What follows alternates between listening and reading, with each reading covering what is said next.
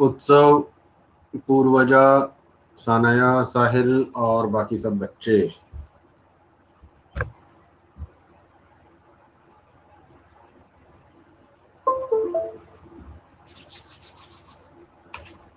अरे आते ही डाउट।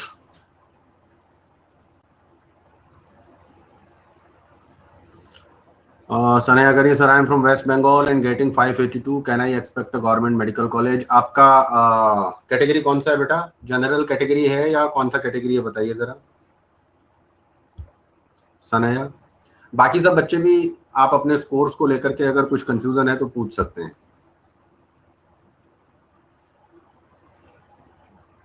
हाँ सनया बताओ बेटा, what is your score?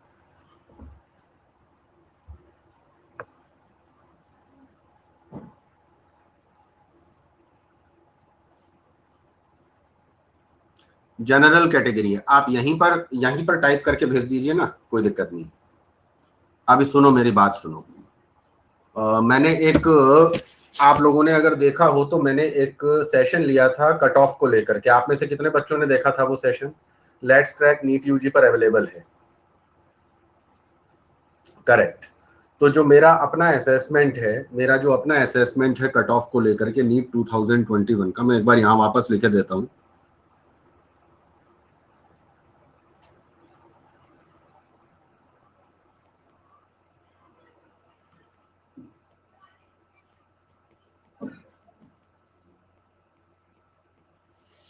Expected cut off of the NEET 2021।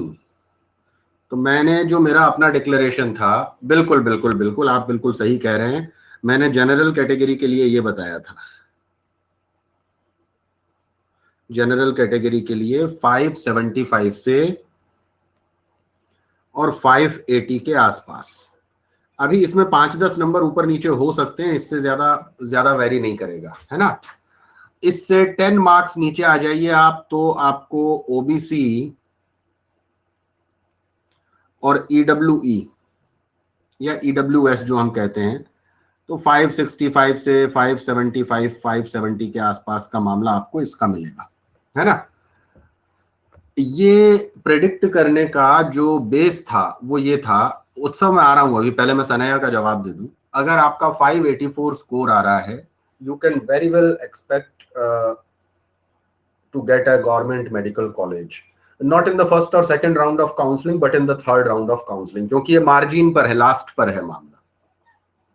वो तो क्वालिफाई तो आप 150 पर कर गए, तो 150 पर क्वालिफाई करने के, बेटा मेरी बात सुनो, स्टेट कोटा का क्या करना है मैं बताता हूं आपको। अगर लास्ट ईयर अपने स्टेट का कट ऑफ पता है, आपका वेस्ट बंगाल का लास्ट ईयर का स्टेट का कट ऑफ बताइए मेरे को, क्योंकि मुझे पता नहीं है। That was 565। तो इस बार इसको 15 मार्क्स नीचे कर दीजिए, एटलीस्ट 550 प्लस पर वेस्ट बंगाल में स्टेट कोटा की सीट आपको मिल जाएगी, dead sure, there is no doubt about it. अगर लास्ट ईयर ये 565 पर था, गवर्नमेंट मेडिकल कॉलेज मिला है आखिरी साल, तो इस बार 550 प्लस 555 प्लस पर आपके अगर 584 हैं, 100% आपको स्टेट कोटा में रैंक है, आपका सिलेक्शन हो जाना चाहिए, आपको गवर्नमेंट मेडिकल कॉलेज मिल जाना चाहिए, there is no doubt about it. That is my prediction. क्योंकि बहुत सारे लोग हैं जिन्होंने 600 प्लस कट ऑफ बताया, I am not in agreement with all of them, क्योंकि पेपर आपका लेंदी था, आपको 20 क्वेश्चंस एक्स्ट्रा पढ़ने पड़े। बायोलॉजी कोई फैक्टर है नहीं ऐसा, लेकिन साइमल्टेनियसली आपका फिजिक्स बहुत लेंदी हो गया है, और केमिस्ट्री, फिजिक्स लेंदी भी हो गया है, टफ भी हो गया है, और केमिस्ट्री थोड़ा सा लेंदी हो गया है। तो लास्ट ईयर का जो भी कट ऑफ था, और लास्ट ईयर मुझे ऐसा याद आ रहा है कि 610 या 11 या शायद 613 पर लास्ट गवर्नमेंट मेडिकल कॉलेज का सीट अलॉट हुआ था। और सनाया आपने 45 डेज का कोर्स किया और बायोलॉजी में 350 आ रहे हैं, that is Indeed very good, Indeed very good. हाँ तो सनाया 611 लास्ट ईयर था ना, तो 20-25 मार्क्स फिजिक्स लेके जाएगा, 10-15 मार्क्स केमिस्ट्री और बायोलॉजी लेके जाएंगे, 35-40 मार्क्स इससे डाउन चले जाओ आप, that should be somewhere around 570 575 जो मैंने ऊपर बताया उसके आसपास ही रहना है कट ऑफ, इसमें ज्यादा चेंजेस आएंगे नहीं। अभी और कौन बच्चा था जिसको पूछना था? और कौन सा बच्चा था बताओ मेरे को, क्योंकि अभी ये जो मैंने अभी ये सेशन रखा हुआ है। उत्सव, हाँ उत्सव, आपने क्या बोला बेटा? ओबीसी में क्या क्या आपकी रैंक, क्या स्कोर आ रहा है ओबीसी में? प्राइवेट तो मिल ही जाएगा बेटा, प्राइवेट में तो केवल क्वालिफाइंग मार्क्स चाहिए होते हैं आपको। If you are ready to go for the donation seats, जहां पर कि थोड़ा सा पेमेंट हायर साइड पर होता है, तो प्राइवेट मेडिकल कॉलेज में तो 460 पर 100% मिल जाएगा, कोई बात ही नहीं है उसमें। बस वो थोड़ा सा कॉस्टली अफेयर है और कोई मुद्दा नहीं। बाकी तो आपको केवल क्वालिफाइंग मार्क्स ही तो चाहिए होते हैं। किसी भी प्राइवेट मेडिकल कॉलेज वाले आपसे क्वालिफाइंग मार्क्स मांगते हैं बस, और कुछ नहीं।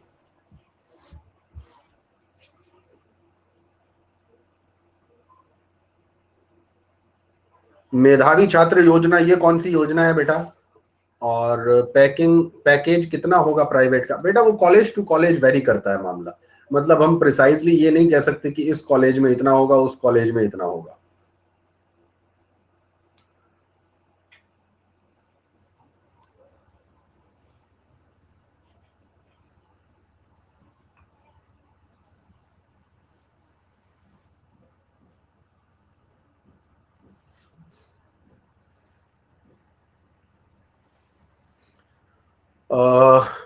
एमपी में सर गवर्नमेंट फीस देती है इस योजना में। अच्छा ठीक है, तो फिर वो मुझे उसके बारे में बेटा पता करना पड़ेगा, मेधावी छात्र योजना में वो कौन सी रैंकिंग तक के बच्चों को लेते हैं, क्या करते हैं। लेकिन अगर वो मेधावी छात्र योजना में जाएंगे तब तो सारे बच्चे ही अप्लाई करेंगे ना। चलिए ठीक है, 12th में 85% प्लस चाहिए, प्लस आपके क्वालिफाइंग, दो कैटेगरी हो गई ना इसमें उत्सव। अब हम ये मान के चलते हैं कि 12th में 85% और फिर 85% वाले अगर 100 बच्चे हो जाते हैं, तो फिर अब उन बच्चों के क्वालिफाइंग मार्क्स का हायरार्की क्या है, उसके अकॉर्डिंग चीजें आएंगी, जहां तक मैं सोचता हूँ। तो ये तो देखना पड़ेगा, लास्ट ईयर भी ऐसा अगर कोई योजना थी तो उसमें क्या पोजीशन रही थी। Chinmay, I am writing NEET 2022, I am in 12th, please suggest batch for me. Chinmay देखो, बैच हमने स्टार्ट किया हुआ है आगाज नाम से, the batch is named with आगाज, और मेरी क्लास उसमें शाम को 6 बजे हुआ करती है ना, इवनिंग 6 PM, जिसमें अभी मैंने प्लांट फिजियोलॉजी वाला सेगमेंट स्टार्ट कर रखा है। आप कौन से मीडियम से हैं बेटा, इंग्लिश से हैं कि हिंदी मीडियम से हैं, कौन सा मीडियम है आपका? इंग्लिश है, तो इंग्लिश मीडियम का तो बैच आपका चल ही रहा है। हिंदी मीडियम का बैच जो है ये मैं अभी स्टार्ट करूंगा, है ना, इस मंथ के एंड तक हिंदी मीडियम का बैच भी आपका लॉन्च हो जाएगा। जो बच्चे हिंदी मीडियम है स्पेसिफिकली उनके लिए वो बैच होगा। तो that we are planning, actually YouTube का पूरा एक चैनल ही हम लोग लॉन्च करने के बारे में सोच रहे हैं, जो कि हिंदी मीडियम के बच्चों का कर दें।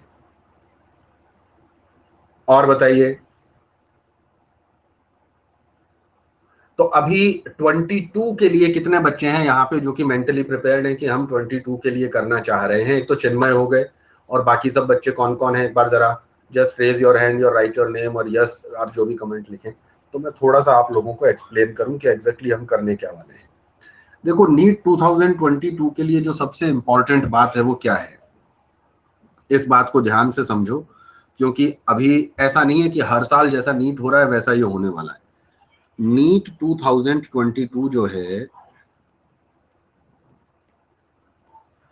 अभी इस बार एक चीज डिसएडवांटेजियस है, कुछ चीजें एडवांटेजियस है। जो डिसएडवांटेजियस चीज है वो क्या है, सबसे पहले तो ये समझो, क्योंकि आप ये मान के चलें आपके पास में, जस्ट अ मिनट,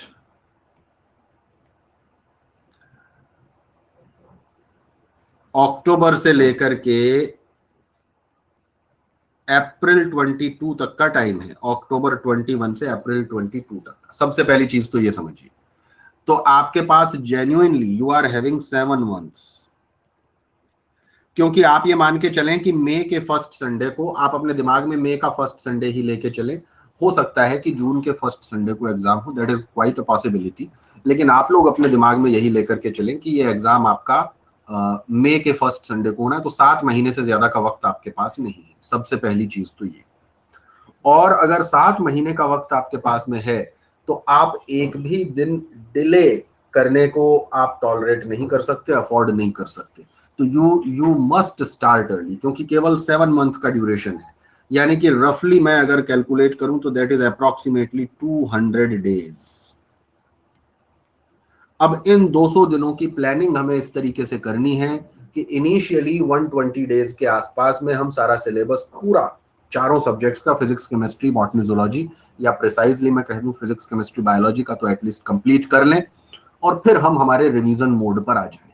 तो अपने दिमाग में यही रखिए कि अब 200 दिन बाकी हैं और ये उल्टी गिनती स्टार्ट हो चुकी है आज ही से। आप तो ये मान के चलें, अगर हम ये मान रहे हैं that exam is going to take place on first Sunday of the May, जो कि यूजुअल कैलेंडर हुआ करता था, मई के फर्स्ट संडे को एग्जाम होता था। इस बार चूंकि एग्जाम लेट हुआ है तो एक पॉसिबिलिटी ये बनती है कि एग्जाम आपका मई की जगह जून में चला जाए। एक बात तो हुई है। दूसरी चीज ये है कि पूरी पॉसिबिलिटी है इस बात की कि इस बार एग्जाम कैसा हो, ऑनलाइन। ऑफलाइन शायद तक इस बात की पूरी पॉसिबिलिटी है कि ये आपका लास्ट ऑफलाइन एग्जाम था। नेक्स्ट ईयर ऑनवर्ड्स ये एग्जाम ऑनलाइन कंडक्ट होंगे। और एक और चीज कि जैसा कि एक लंबे टाइम से अप्रहेंशन चल रहा था कि साल में इसको 2 बार कंडक्ट करवाया जाए, तो ये भी एक पॉसिबिलिटी बनती है कि इसको 2 बार कंडक्ट करवा लिया जाए।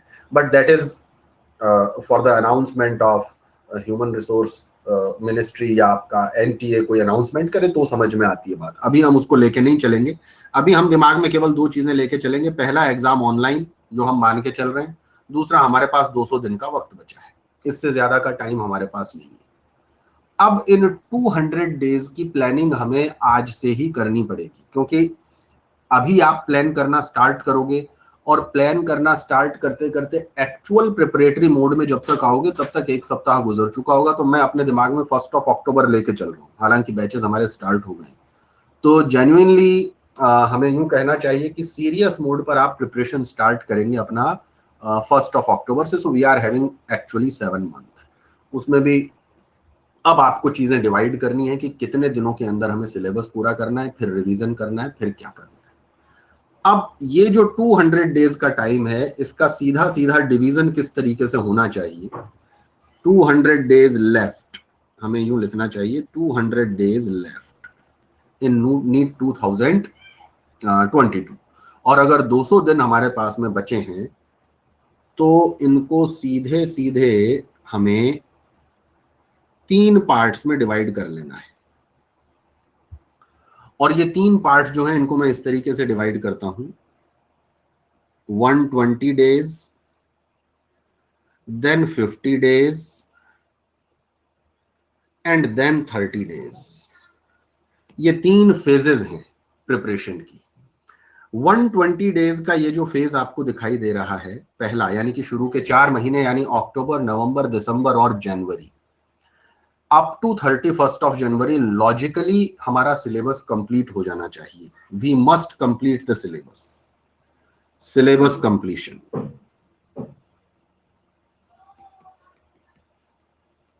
और जब मैं सिलेबस कंप्लीशन की बात करता हूं तो एनसीईआरटी प्लस रिक्वायर्ड एलोबोरेशन की हम बात करते हैं। मैं इसको यहां पर लिखूं, 200 डेज इन ऑल हमारे पास में है।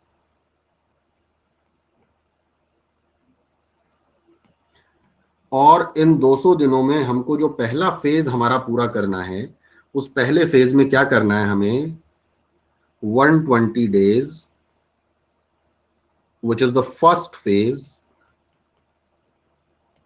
और 120 डेज में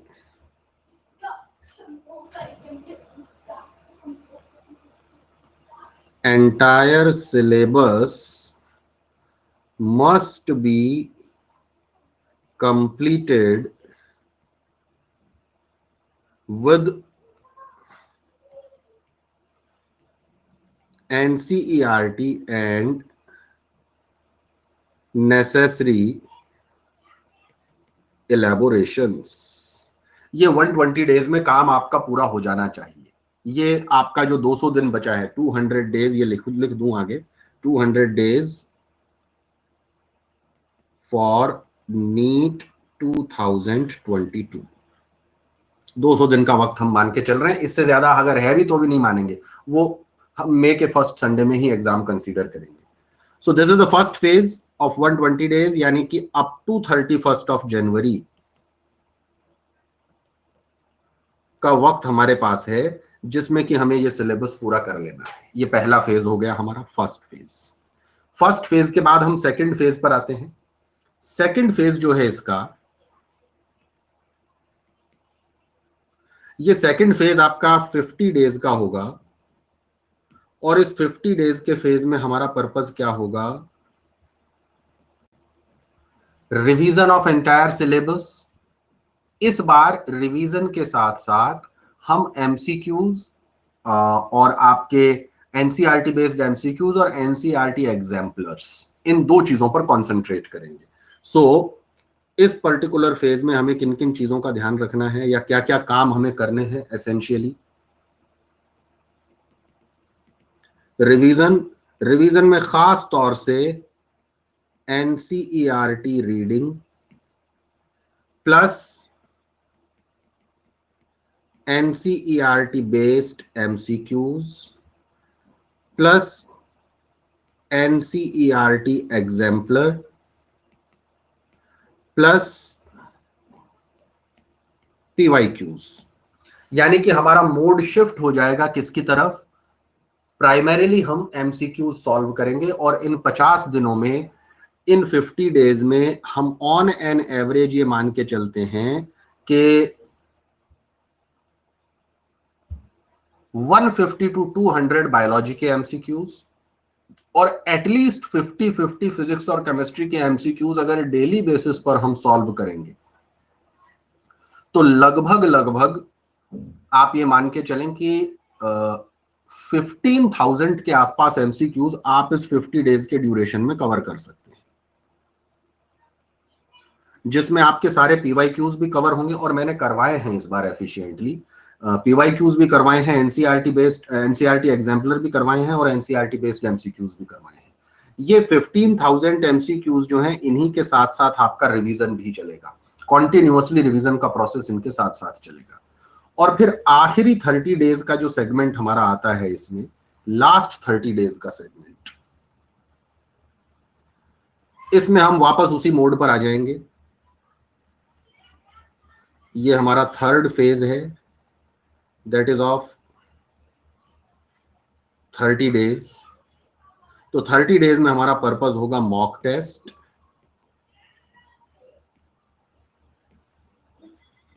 एंड डाउट डिस्कशन। मतलब लगातार मॉक टेस्ट चलने हैं, लगातार हमारे डाउट डिस्कशंस चलने हैं, और कोई भी हमारा अगर टॉपिक ऐसा रह गया है कि जो वीक रह गया है, कमजोर रह गया है, उसको हम एक बार से रीएनालाइज करेंगे। यहां एक बार वापस एनसीईआरटी रीडिंग हम लगा चुके होंगे। तो मेरा जो पर्पस है एक्चुअली वो ये है कि इन 200 डेज को एफिशिएंटली हम कैसे यूटिलाइज करें, what is the mechanism, what is the method through which we can utilise these 200 days optimally. तो इसका यही एक सीक्वेंस मुझे समझ में आता है, और ये सीक्वेंस आप सारे सब्जेक्ट्स में फॉलो कर सकते हैं। केवल मैं बायोलॉजी की बात नहीं बता रहा हूं, बायोलॉजी तो हमने आखिर के 50 दिनों में भी इतना एफिशिएंटली किया था कि बहुत सारे बच्चे उसको 330 प्लस को स्कोर किया, बहुत सारे बच्चों ने, और जो 330 प्लस स्कोर नहीं कर पाए वो भी एटलीस्ट 310 320 प्लस तो हैं। आप में से भी बहुत सारे बच्चे रूटीनली उसमें आते रहे होंगे, और इस बात को एंडोर्स करेंगे कि सारे के सारे बच्चों को काफी काफी बेनिफिट उस 45-50 डेज के कोर्स से हुआ कि नहीं? बताइए बेटा, आप में से काफी सारे बच्चे थे उस कोर्स में। You all benefited from the course और नॉट? बताइए जरा, जो जो बच्चे भी थे। 100% सबको उसमें बेनिफिट हुआ होगा, जिस सीक्वेंस से हमने चीजें पढ़ी। बिल्कुल यूट्यूब पर हमने सारे के सारे सेशन किए, रोज हम 150 से 200 एमसीक्यूज। तो अब हमारे पास में 45-50 डेज नहीं है, now we are having 200 days. तो हम एक एक्सटेंसिव प्लानिंग 200 डेज की एक ही साथ कर सकते हैं। अगर हमने ये 200 डेज का एक्सटेंसिव प्लानिंग कर लिया, तो ये मान के चलिए कि इस बार जब हम 50 डेज में 330 प्लस का टारगेट लेके चल सकते हैं, तो 200 डेज में तो हम 340 350 का टारगेट बायोलॉजी में लेके चल सकते हैं। इस बार आप देख रहे हैं 570 580 के आसपास आपको एमबीबीएस अलॉट हो जाएगा। आपने 350 अगर बायोलॉजी में पिक कर लिया आपने, तो फिजिक्स और केमिस्ट्री पर बर्डन कुल मिलाकर के 250 नंबर का ही बचा है। आप केमिस्ट्री में 130 के आसपास आ गए, फिजिक्स में 110-15 के आसपास आ गए, then also you are in the selection criterion, और then also you are in the range of the selection.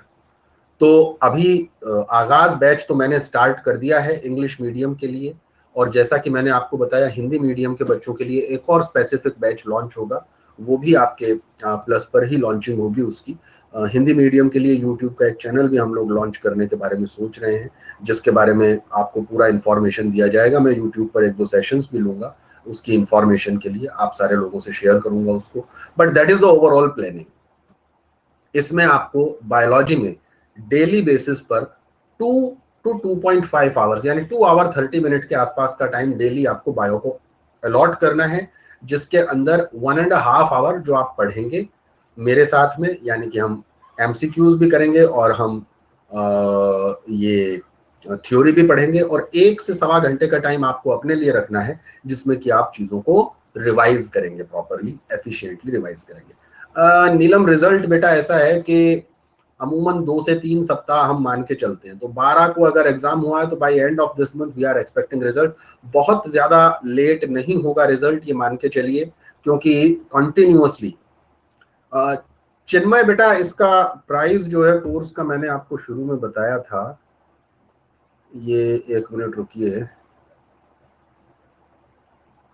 ये है आपका प्लस वाला कोर्स।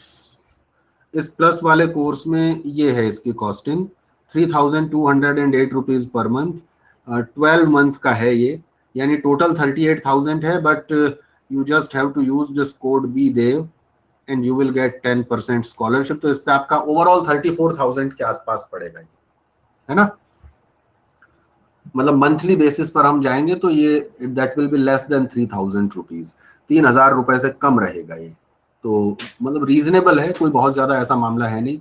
और चूंकि प्लस पर ये कोर्स चलेगा तो आप लोगों का ये टेंशन भी खत्म हो गया है कि इसके नोट्स कब मिलेंगे, हैंड रिटन नोट्स आप पोस्ट करने का इंतजार कर रहे हैं या किसी दिन मिसिंग हो गई, तो ऐसा कुछ भी नहीं है, क्योंकि जैसे ही ये लेक्चर कंप्लीट होता है यू कैन डाउनलोड देम, आप उनको इजीली डाउनलोड कर सकते हैं नोट्स को।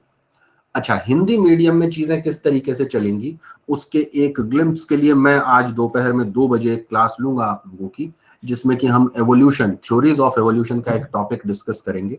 उस टॉपिक को डिस्कस करके और हम थोड़ा सा आप लोगों को एक आइडिया लगे कि किस मेथोडोलॉजी से हम पढ़ने वाले हैं, नोट्स हमारे किस तरीके से बनने वाले हैं, किस तरीके से हैंड रिटन नोट्स डेवलप होंगे, आप उनको डाउनलोड कर पाते हैं कि नहीं, चीजें आपको समझ में आती हैं कि नहीं। तो आज दोपहर 2 बजे मैंने एक क्लास और लगाया हुआ है, शेड्यूल किया हुआ है एक क्लास और, तो उस क्लास में भी आइए आप सारे के सारे लोग, जिसमें हम थ्योरीज ऑफ एवोल्यूशन वाला सेगमेंट डिस्कस करेंगे, ठीक है। और इसके अलावा किसी बच्चे को कोई कंफ्यूजन हो, रिजल्ट की बात मैं बता ही चुका हूं, by the end of this month आ जाना चाहिए रिजल्ट। वी आर होपफुल कि आ जाएगा रिजल्ट इस मंथ के एंड तक। और ये ओवरऑल प्लानिंग है हमारी 200 डेज की। हाँ, आज दोपहर 2 बजे स्पेशल क्लास है, that is free for all of you, आप सभी लोग उसमें आ सकते हैं जितने भी बच्चे हैं, और सब लोग उसमें आइए। थ्योरीज ऑफ एवोल्यूशन ऐसे रैंडमली एक टॉपिक मैंने पिक कर लिया है, जिससे कि थोड़ा सा आइडिया आप लोगों को लगे कि किस तरीके से हम लोग चीजों को हाँ, लिंक तो मैं शेयर करूंगा ही बेटा। रेशमंत, हाँ बिल्कुल, यूट्यूब पर भी स्टार्ट होगा, but it will take some time, क्योंकि अभी हिंदी मीडियम का वो लॉन्चिंग का प्रोसेस चल रहा है, तो उसमें हम लोग कोशिश कर रहे हैं कि वो प्रॉपरली एक अच्छे तरीके से चैनल पूरा का पूरा लॉन्च होता है। We are planning for that, ये है।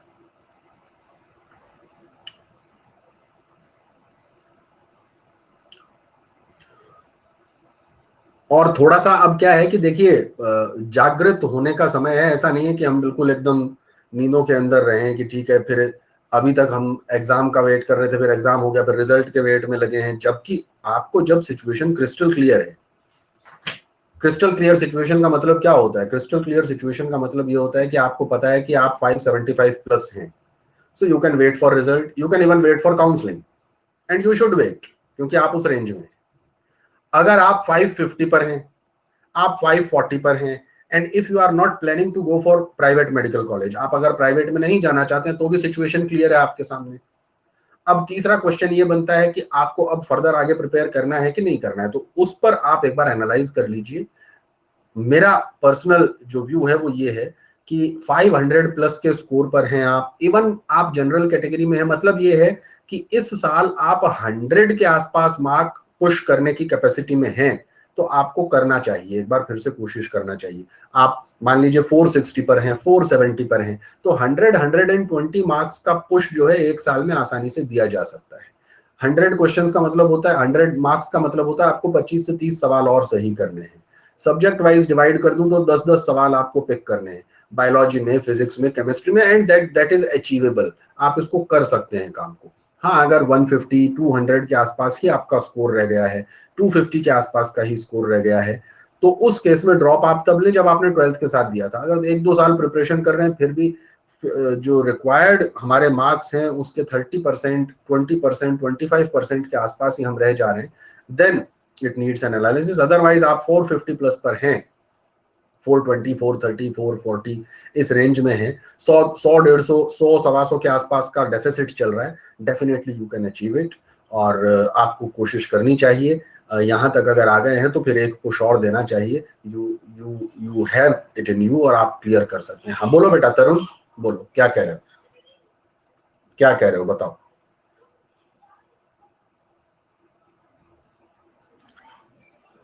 हाँ तो अब 5 मंथ की थी, तो अब वो 5, अब टाइम मिल रहा है ना बेटा, 5 की जगह, 5 महीने की जगह आपको टाइम ज्यादा मिल रहा है। तो स्टार्ट प्रिपेयरिंग अर्ली। इंतजार मत कीजिए अब इस बात का कि अब फर्दर और कोई अनाउंसमेंट होगा, फिर कोई और कहीं से पुश करेगा, कहीं और से धक्का लगेगा और फिर उसके बाद हम लोग जो है चीजों को पढ़ना स्टार्ट करेंगे, ऐसा नहीं है। आपको अब कुछ चीजें जो हैं वो अपने आप डेवलप करके और स्टार्ट कर देनी चाहिए, उसमें किसी किसी से कंसल्टेशन या किसी कंसेंट की जरूरत अब आप लोगों को नहीं है। ऑफलाइन बेटा जिसको ज्वाइन करना है कर सकते हैं, डेफिनेटली कर सकते हैं, कोई इश्यू नहीं है उसमें। ऑफलाइन में अभी 50% स्ट्रेंथ के साथ में क्लासेस चल रही हैं, but in any case I would suggest, अगर देखिए I have been an educator in the offline segment for 15 years approximately, 15 साल मैंने पढ़ाया है। तो वहां के अपने कुछ एडवांटेजेस हैं और कुछ डिसएडवांटेजेस हैं। ऑनलाइन कोचिंग है उसके भी अपने कुछ एडवांटेजेस हैं, कुछ डिसएडवांटेजेस हैं। ऑफलाइन का जो एडवांटेज है वो क्या है? एडवांटेज ये है कि चूंकि आप एक फिजिकल क्लासरूम में बैठे हैं, चूंकि आप कॉन्टिन्यूअसली कांटेक्ट में हैं, है ना, तो आप पर एक अनड्यू प्रेशर रहता है। आप अपने लेवल पर चीजें नहीं कर सकते, क्लास में एंटर कर गए तो 1 घंटे आपको पढ़ना ही है ना। तो ऑफलाइन में क्या होता है कि जो बिल्कुल जिनका ध्यान नहीं लगता है, बहुत ज्यादा मतलब यूं कहना चाहिए कि वॉलेटाइल नेचर का मामला है, उनको भी क्लास कॉन्टिन्यूअसली लेनी ही पड़ेगी। ऑनलाइन ये एडवांटेज है ऑफलाइन का कि आपको वो क्लासेस अटेंड करनी ही पड़ेंगी, एक एक डिसिप्लिनरी मामला है वहां पर। ऑनलाइन में डिसएडवांटेज अगर कोई है तो वो केवल यही है, क्योंकि सारी चीजें आप पर डिपेंडेंट है। तो आप लेटे हुए कोई चीज देख रहे हैं, कि आप सो गए देखते देखते, कि आपने उसको मोबाइल को बंद कर दिया, कि आपने कुछ और देखना शुरू कर दिया, that is all up to you, no one is there to look after you. तो ऑनलाइन कोचिंग का बेनिफिट केवल उन्हीं बच्चों को मिल पाता है जो पर्सनल लेवल पर थोड़ी सिंसियरिटी शो करते हैं, पर्सनल लेवल पर थोड़ी रेस्पॉन्सिबिलिटी शो करते हैं। ये एक मेजर बात हुई। दूसरा, फाइनेंशियल अगर हम देखेंगे तो फाइनेंशियली तो online is far better than offline. ये बहुत रीजनेबल कॉस्ट में आपको सारे के सारे कोर्सेज मिल जाते हैं। ऑफलाइन कोचिंग्स जो है वो बहुत ज्यादा कॉस्टली अफेयर्स। तीसरा, अगर टाइम सेविंग की आप बात करेंगे तो टाइम सेविंग के पॉइंट ऑफ व्यू से भी ऑनलाइन जो है आपका वो बेटर पड़ेगा, क्योंकि आपके विजिटिंग आवर्स खत्म होते हैं। अगर कोई कोचिंग इंस्टीट्यूट आपके शहर में नहीं है तो आपको कहीं बाहर जाके रहना पड़ेगा, आपको अपना बोर्डिंग लॉजिंग मैनेज करना पड़ेगा, फिर एक होम सिकनेस का इशू है, 50 तरीके की चीजें और हैं। उन सब चीजों से आप बच जाते हैं। आप अपने घर के कंफर्टेबल जोन में आराम से प्रिपरेशन कर सकते हैं ऑनलाइन पर। जहां तक टीचर्स की बात है, जहां तक टीचर्स की बात है, ये आप मान के चलें कि ऑनलाइन प्लेटफॉर्म्स पर इस वक्त one of the best educators of India are available, जो कि आप लोगों को पढ़ा रहे हैं।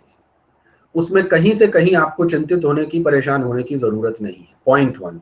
पॉइंट 2, ऑफलाइन के अंदर जो एक कंपल्शन है कि आप जिस बैच में गए उसमें 3 लोग पढ़ा रहे हैं या 4 लोग आपको पढ़ा रहे हैं, तो थ्रू आउट द ईयर आपको उन्हीं से पढ़ रहा है। कई बार हमारा सामंजस्य नहीं मिल पाता, कई बार हमारा फ्रीक्वेंसी मैच नहीं कर पाता टीचर के साथ, तो भी हमें साल भर पढ़ना उन्हीं से पड़ता। Here you have the option.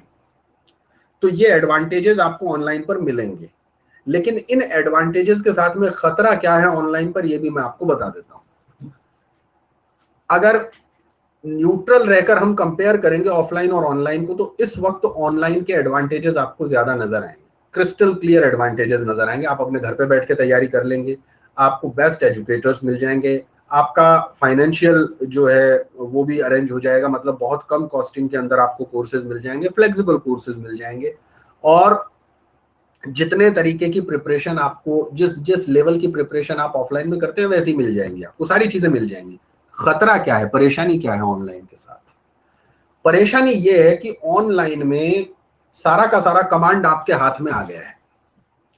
Offline में आपके हाथ में कुछ नहीं है, आपको सुबह 7:30 या 8 या 9 जो भी टाइम आपके कोचिंग का है वहां जाना है, 4 क्लासेस आपको लेनी है या 3 क्लासेस आपको लेनी है, लेने के बाद आपको आना है, संडे टू संडे टेस्ट देना है, उसका पीरियोडिक एनालिसिस होगा, आपके पेरेंट्स से बात होगी, means you are in complete observation. Online पर जो एकमात्र परेशानी का मुद्दा है वो इतना ही है कि सारा कमांड आपके हाथ में आ गया है। आप अगर मान लीजिए कि मैं 6 बजे क्लास ले रहा हूं, आप अगर 6 बजे की क्लास में आ गए, वेल एंड गुड, नहीं आ गए तो मैं आपको मतलब आपको, आपके लिए ये कंपल्शन नहीं हो सकता, आपको मजबूर नहीं किया जा सकता कि आप 6 बजे आए, तो आपको एक सेल्फ असेसमेंट करना होगा। This medium is a wonderful medium, but it will be beneficial only for those students, केवल उन बच्चों के लिए ये फायदेमंद होगा जो बच्चे इसका फायदा उठाना जानते हैं। रैंडमली हर किसी के लिए ये बेनिफिशियल नहीं हो सकता। अभी आपको करना क्या है, मैं इसका मोडस ऑपरेंडी बताता हूं। If you are planning to prepare for NEET 2022 on online platform, let's say on Unacademy with me या किसी और के साथ, तो उसका तरीका क्या है वो समझाता हूं आपको। आप एक 7 दिन का विंडो पीरियड पिक कीजिए। उस 7 दिन के विंडो पीरियड में आपको, क्योंकि होता क्या है आपके साथ में, जैसे ही आपने प्लस का सब्सक्रिप्शन लिया, आप सभी एजुकेटर्स की क्लासेस के लिए एलिजिबल हो गए, ऐसा ही होता है। अब आपके सामने जो सबसे बड़ा कंफ्यूजन डेवलप होता है, जो आपका खत्म ही नहीं होता कंफ्यूजन साल खत्म होने तक, वो ये कि हमें किससे पढ़ना है और किससे नहीं पढ़ना है। Correct? So you pick up a window period of 7 days. इन 7 दिनों में आपको रैंडमली जिस भी एजुकेटर से पढ़ के देखना है, कर लीजिए, सारे एक्सपेरिमेंट कर लीजिए।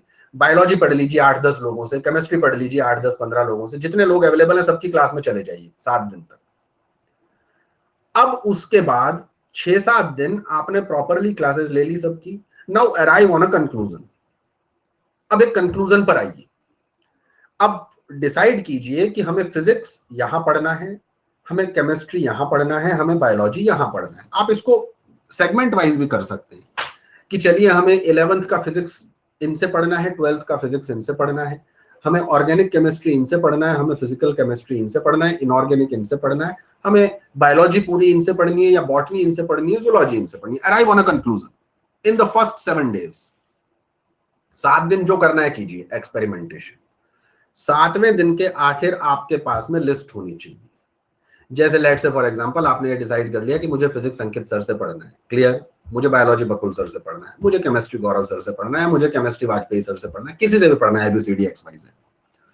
अब आप ये वॉन्डरिंग बंद कीजिए। एक बार जब कंक्लूजन पर आ जाएं तो फिर इधर उधर घूमना, एक क्लास को छोड़ के दूसरी में गए, दूसरी को छोड़ के तीसरी में गए, तीसरी को छोड़ के चौथी में गए, और कॉन्टिन्यूअसली यही वॉन्डरिंग चलती रही, इसको बंद कर दीजिए टोटल। 7 दिन तक जो एक्सपेरिमेंट करना है कीजिए, 7 दिन के बाद एक्सपेरिमेंटेशन मस्ट बी स्टॉप्ड। अब आप सीरियस हो जाइए, आपने सेलेक्ट कर लिया, अपने पूरे विवेक, अपनी पूरी बुद्धि का प्रयोग करते हुए, अपनी पूरी असेसमेंट कैपेसिटी का प्रयोग करते हुए कि मुझे इनका पढ़ाया हुआ समझ में आता है, इनसे मुझे ये चीज पढ़नी है, डिसीजन पर आ जाइए। 7 दिन के बाद जब आप एक डिसिसिव मोड पर आ जाते हैं, उसके बाद अब अपना टाइम टेबल सेट कीजिए कि फिजिक्स की क्लास इतनी से इतनी बजे, केमिस्ट्री की क्लास इतनी से इतनी बजे, बायोलॉजी की क्लास इतनी से इतनी बजे, एंड दैट्स ऑल। अब आपको इस स्क्रीन पर 3-4 घंटे, लेट्स से फॉर एग्जांपल 4 घंटे या मैक्सिमम 4.5-5 घंटे से ज्यादा टाइम तो कतई नहीं देना। फिर आपको ये बिल्कुल नहीं करना है, फिर आपको ये बिल्कुल नहीं करना है कि एक क्लास 15 मिनट ली, दूसरी क्लास 10 मिनट ली, तीसरी क्लास 5 मिनट ली, 10, फिर बस यही करते रहे। इस प्रोसेस को अगर आप ब्लॉक कर देंगे, कोई बात नहीं बेटा, सिंपल, इस प्रोसेस को अगर आप ब्लॉक कर देंगे, you will gain significant let me say significant benefit from this medium.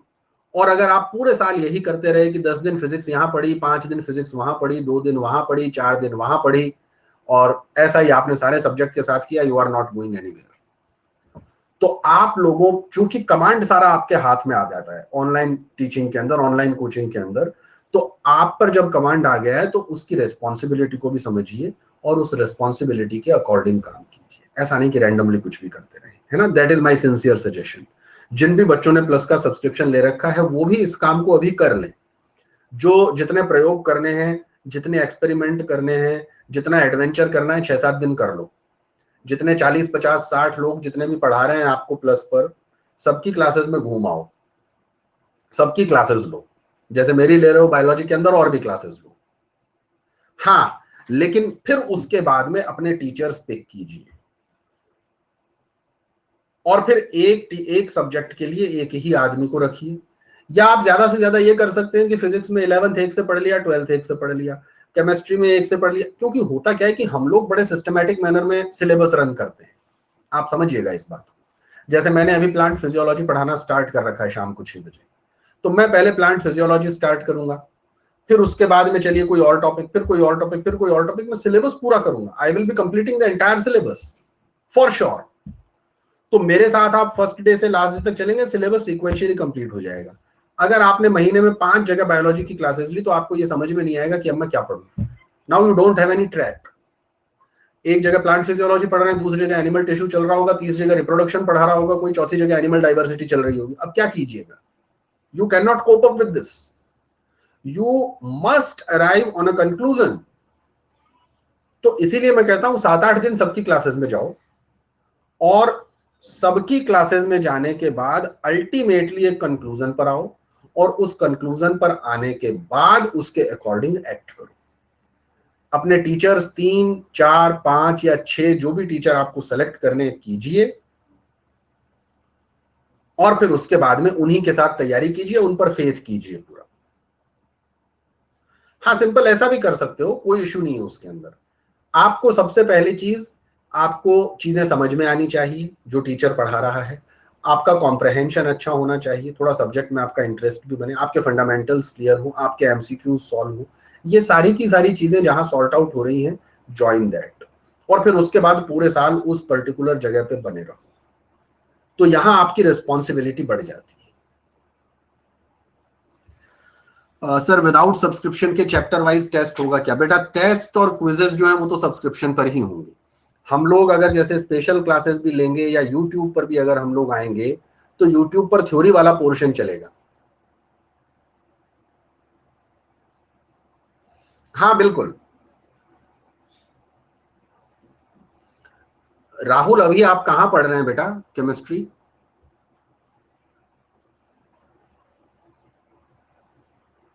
आप देखिए केमिस्ट्री के बहुत सारे टीचर्स हैं, आप सबकी क्लासेस में जाइए ना एक एक बार। मैं अपनी तरफ से कोई नाम प्रेफर करूं नहीं, ऐसे नहीं, मैं अपनी तरफ से कोई नाम प्रेफर करूं उससे पहले आप एक बार पूरा का पूरा विजिट कीजिए, सब चीजों को देखिए, और फिर उसके बाद एक कंक्लूजन पर आइए। कंफ्यूजन होगा तो आपको 3-4 लोगों में होगा, चलिए फिर हम बात कर सकते हैं कि सर इनसे पढ़ना है, इनसे पढ़ना है, इनसे पढ़ना है। लेकिन पहले आप एक बार सर्फिंग कीजिए, प्रॉपर अपने लेवल पर चीजों को पता कीजिए, उसके बाद हम बात कर सकते हैं कि हमें क्या करना है।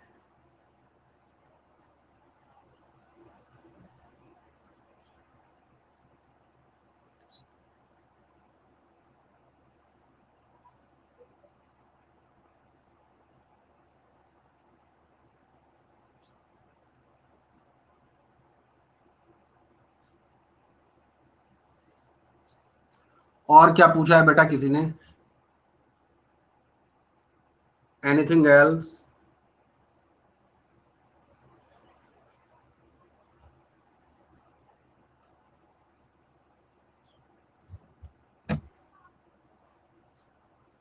मेरी क्लास शाम को 6 बजे चल रही है बेटा।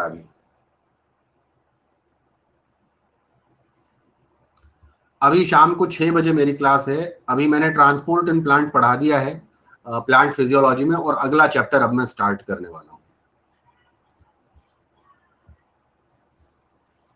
तो आप लोगों की कोई भी क्वेरी हो आप मुझसे पूछ सकते हैं, यू कैन आस्क मी।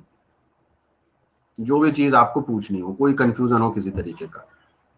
लेकिन मेरा जो कहने का कुल मतलब है वो ये है कि अब नीट 2022 से पहले हमारे पास 200 दिन से ज्यादा का वक्त नहीं है, और अगर हमें नीट 2022 में अपीयर होना है, this is the best time to start the preparation. शाम को 6 बजे बेटा, इवनिंग 6, मेरी क्लास अभी शाम को 6 बजे चल रही है, आप सारे बच्चे आइए।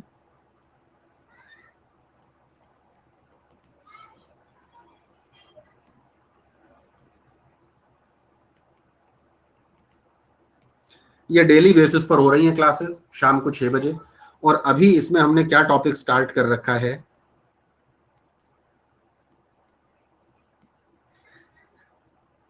प्लांट फिजियोलॉजी, जिसमें एक चैप्टर हम पढ़ चुके हैं।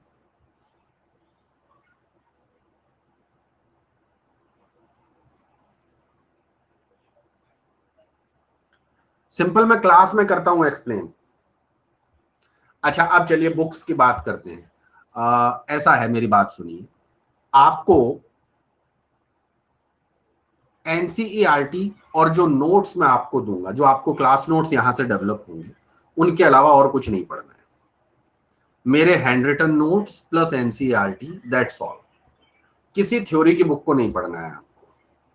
क्वेश्चंस की, एमसीक्यू क्वेश्चंस की प्रैक्टिस की बात है, I will be providing you more than 10,000 MCQs. 10,000 से ऊपर एमसीक्यूज हम खुद सॉल्व करेंगे हमारे सेशन के साथ में। उसके अच्छा, कुछ आपको पीडीएफ फॉर्मेट में भी मिलते जाएंगे, कुछ आपको डीपीपी फॉर्मेट में भी मिलते जाएंगे, शॉर्ट नोट्स में मिलते चले जाएंगे। तो मेरे साथ अगर आप एसोसिएटेड है तो बायोलॉजी में तो आपको अलग से और कुछ भी करने की जरूरत नहीं है। जो भी मटेरियल चाहिए होगा आपको, चाहे आपको माइंड मैप्स चाहिए होंगे, चाहे शॉर्ट नोट चाहिए होंगे, चाहे फ्लो चार्ट चाहिए होंगे, डायग्राम बेस्ड क्वेश्चन चाहिए होंगे, each and everything will be provided by me. वो सारी की सारी चीजें मैं आपको प्रोवाइड करूंगा, that is for sure, and there is no doubt about it. कहीं और कुछ नहीं करना है आपको, ठीक है।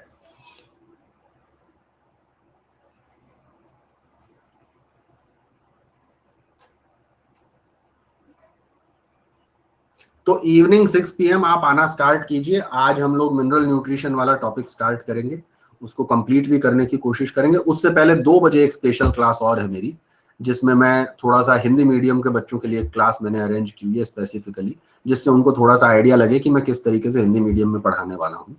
एक एक चीज उसके अंदर हिंदी में ही चलेगी। बिल्कुल सुषमा, जो हिंदी मीडियम का बैच होगा उसमें नोट्स हिंदी मीडियम में मिलेंगे, जो इंग्लिश मीडियम का बैच होगा उसमें नोट्स इंग्लिश मीडियम में मिलेंगे। As simple as that. मैं पूरी तरीके से बाइफरकेट कर रहा हूं इस पूरे प्रोसेस को, हिंदी वालों को हिंदी के नोट्स, इंग्लिश वालों को इंग्लिश के notes. So don't worry about it.